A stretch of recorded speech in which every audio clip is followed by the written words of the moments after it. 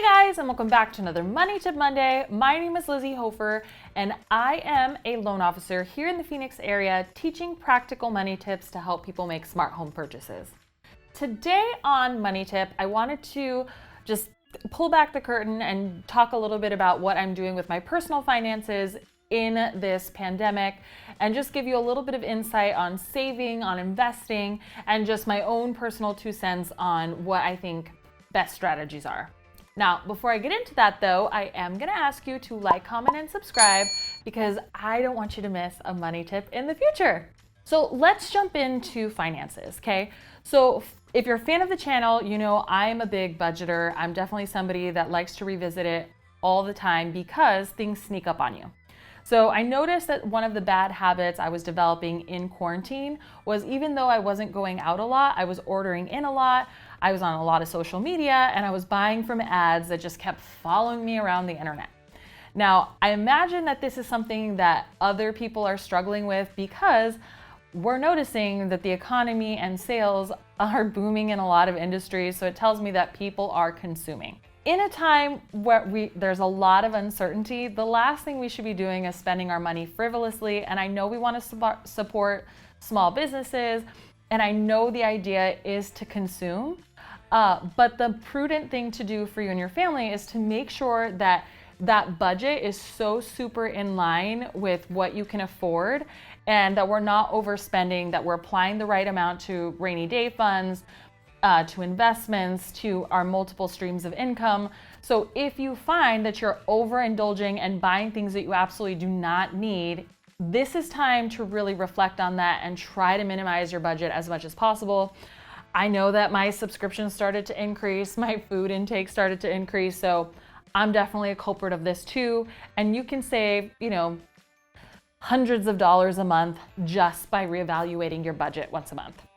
The next thing that we have done is I'm a big believer in 70% is lifestyle, 20% should go towards principal reductions, 10% should go into investments and or savings. Now, because we don't carry a lot of debt, literally we only have a mortgage, it's really important that 20% goes into investments, multiple streams of income, and then the 10% was going towards rainy day fund. Well, I now have more than a year's worth of income in the rainy day fund, which I think is plenty.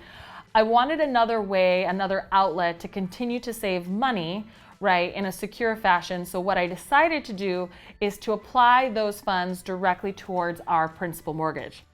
There is going to be a lot of opinions on this because interest rates are so low. And yes, I personally refinanced in this market and it did save me several $100s.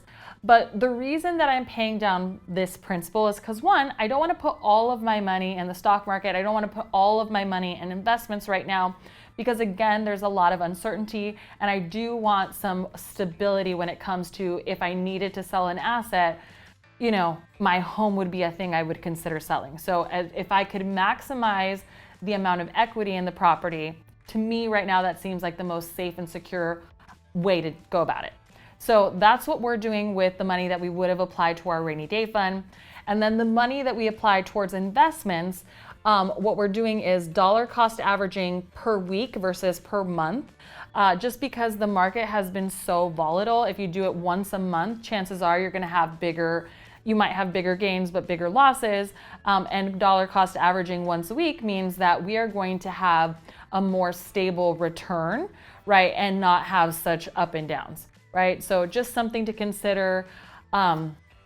It's just a crazy time right now, and it's still using the same philosophy, just doing it more frequently. Then the very last thing that we have done is we have a line of credit. Now, you can take one against personally, you can have one against your property, but the important thing is just to have a line of credit available to you that will just add to the liquidity to your whole overall financial picture. It isn't something that I borrowed against. It's just a line of credit that is available. There's no balance on it, no payments due on it. It's just something that I can draw on as a last measure. And it's always super important that you apply for those things when you don't need them because they're the hardest things to get when you do. So again, let's just recap this. Go through your budget, make sure that you're cutting out all the unnecessary overindulgences.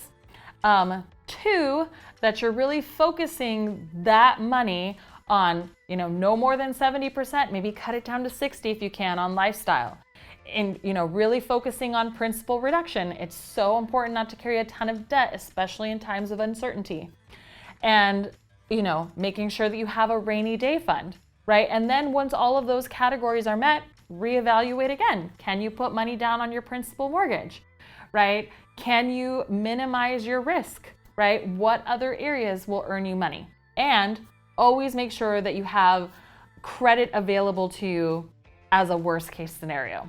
So all the things that we've done in the last couple of months, just to make sure of it.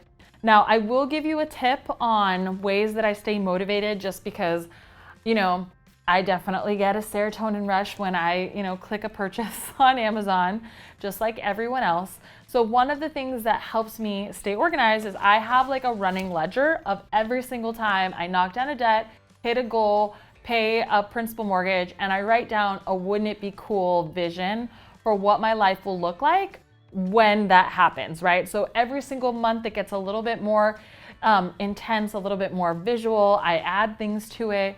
I really start thinking about, the vacation I'll take once we don't have a mortgage, or, just the freedom that I think I'll have if we didn't have a mortgage. And so just all kinds of things that happen in your wouldn't it be cool dream mindset. It's really helpful. It honestly is like, I look forward to when I do this principal reduction now every month. It's kind of sounds nuts, but it is something that makes me excited. When I first got into paying off debt, it was the same thing. I was just constantly excited about how much my savings was growing and how much my debt was decreasing. I promise you it's just as addicting as buying useless stuff that you need on the internet. So anyway, I hope that this was helpful to you guys. If you have more questions or you want to know more details about what we're doing, I'm happy to share them, especially in our Smart Sense group on Facebook. So definitely go ahead and apply to be in that. And yeah, I'll see you guys on another Money Tip Monday.